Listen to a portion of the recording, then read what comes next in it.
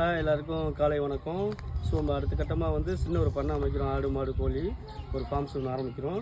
So அதுக்கான ஆட்டுக்கு மாட்டுக்கு நம்ம தீவன பில் நம்ம இப்போக்கி கையில் இல்லை. அதனால் வந்து நம்ம இடத்துலேயே கொஞ்சம் தீவன பில் பயிரிட போகிறோம். அதுக்கு இந்த மாதிரி தான் நம்ம இடம். ஸோ அதுக்காண்டி நம்ம தீவன விதை வாங்கியிருக்கோம். COFS 31 இந்த விதை வாங்கியிருக்கோம்.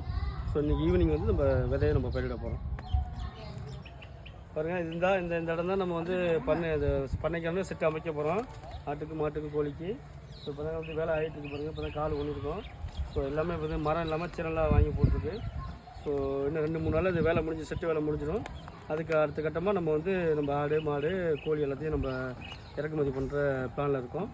ஸோ ஒவ்வொரு வீடியோ அடுத்த வீடியோவில் காமிக்கிறேன். இப்போ காமிக்கிறேன். நல்லா அந்த செட்டு நல்லா பெருசு.